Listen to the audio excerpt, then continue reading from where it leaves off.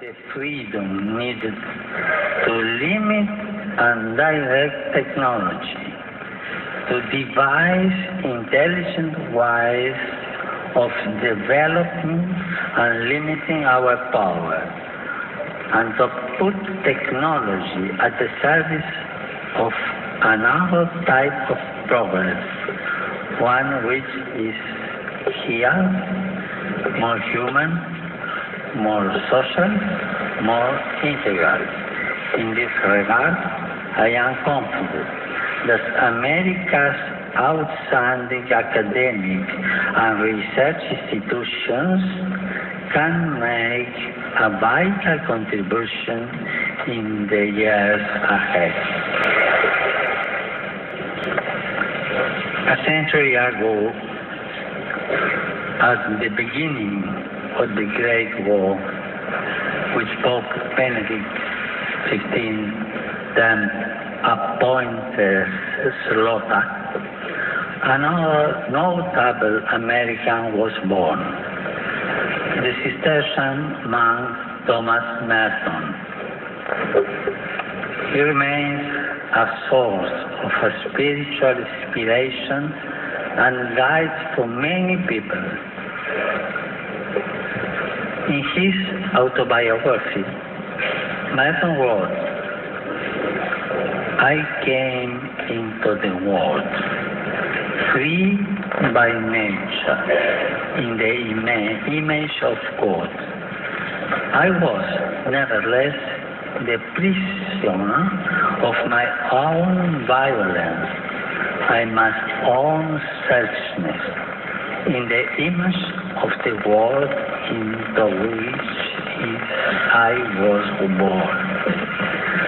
That world was a picture of hell, full of men like myself, loving God and yet hating Him, born to love Him, living instead in fear of hopeless self-contradictory hunger.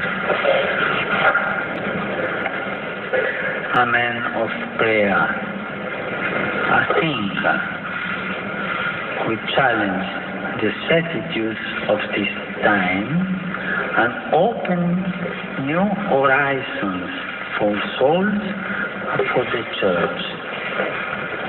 He was also a man of dialogue, a promoter of peace between peoples and religions.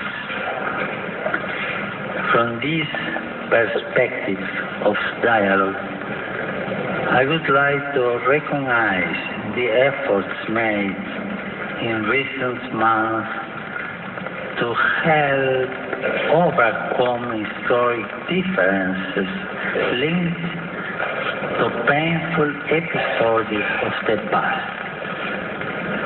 It is my duty to build bridges and to help all men and women in any way possible to do the same. When countries which have been at odds resume the path of the dialogue, a dialogue which may have been interrupted for the most legitimate of reasons, new opportunities open up for all. That requires courage and daring, which is not the same as irresponsibility. A good political leader is one who,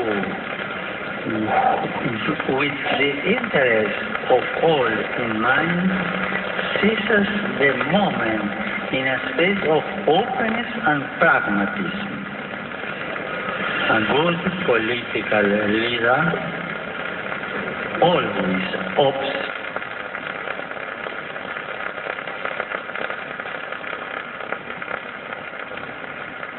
rather than possessing space.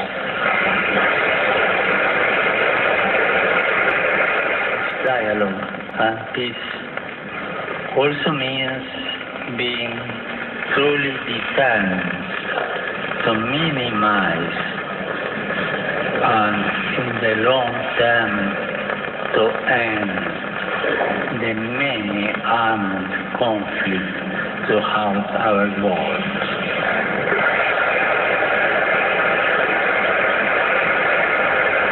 Here we have to ask ourselves, why the weapons being sold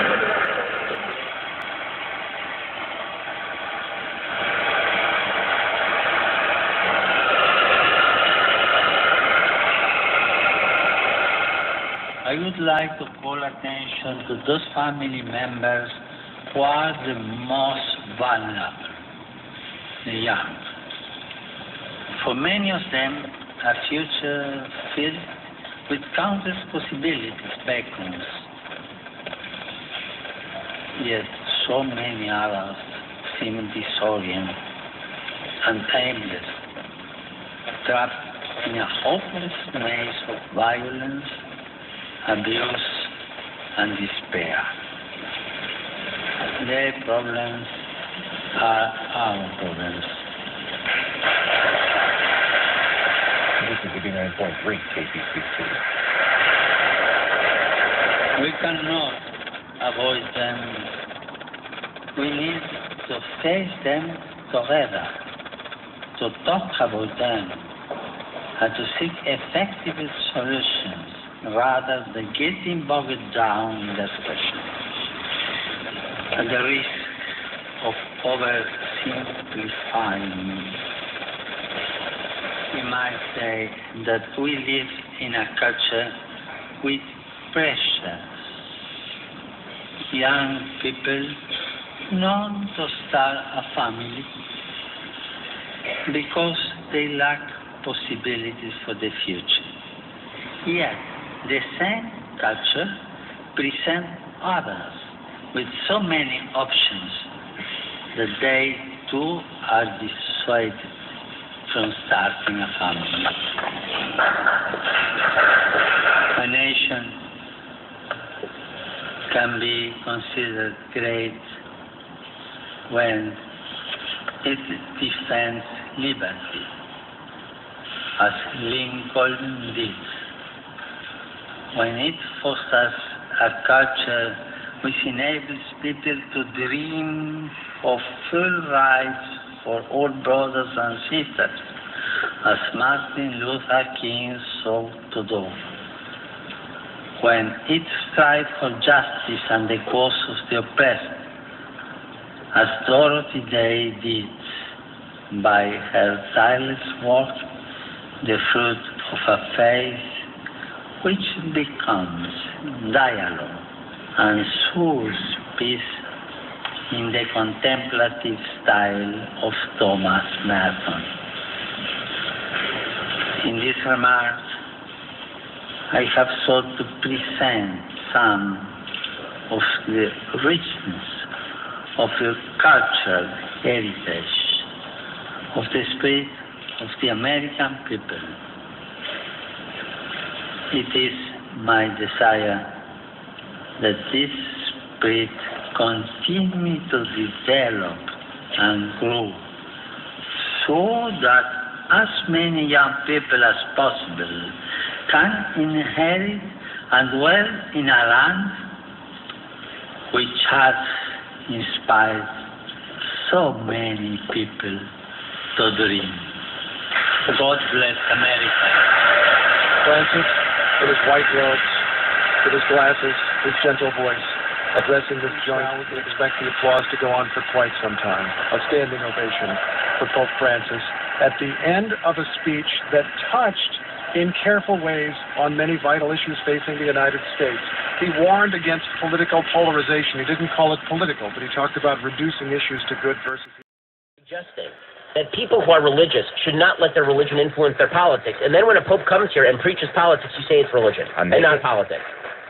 I'm making the comment that if you view what the Pope is saying, if you view his words, and he spoke for about an hour, it felt like maybe 55 minutes, if you view the Pope's words through the prism of politics, whether they be conservative or liberal. I don't think that you have to view them through the prism of politics. I said earlier think you that I guys can are. view them through the prism of what Catholic doctrine and the Bible actually says.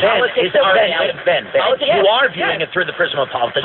Roll your eyes. I'm rolling my eyes because the idea that politics is some sort of separate and apart little prism Especially when in politics American life. regulates values every single day. Religion influences values. Values influence politics. To make a hard distinction between them is stupid. Okay, it doesn't exist. Do you view the Pope as a political leader above being a spiritual leader and a religious leader? Both. Equally both? And this is interesting. In your view, is the Pope equally a political leader and a religious leader? Operate a small nation. Yes. Okay. Because I believe that every religious leader is a political leader, and if they're not, they're not doing their job. 50-50. Not that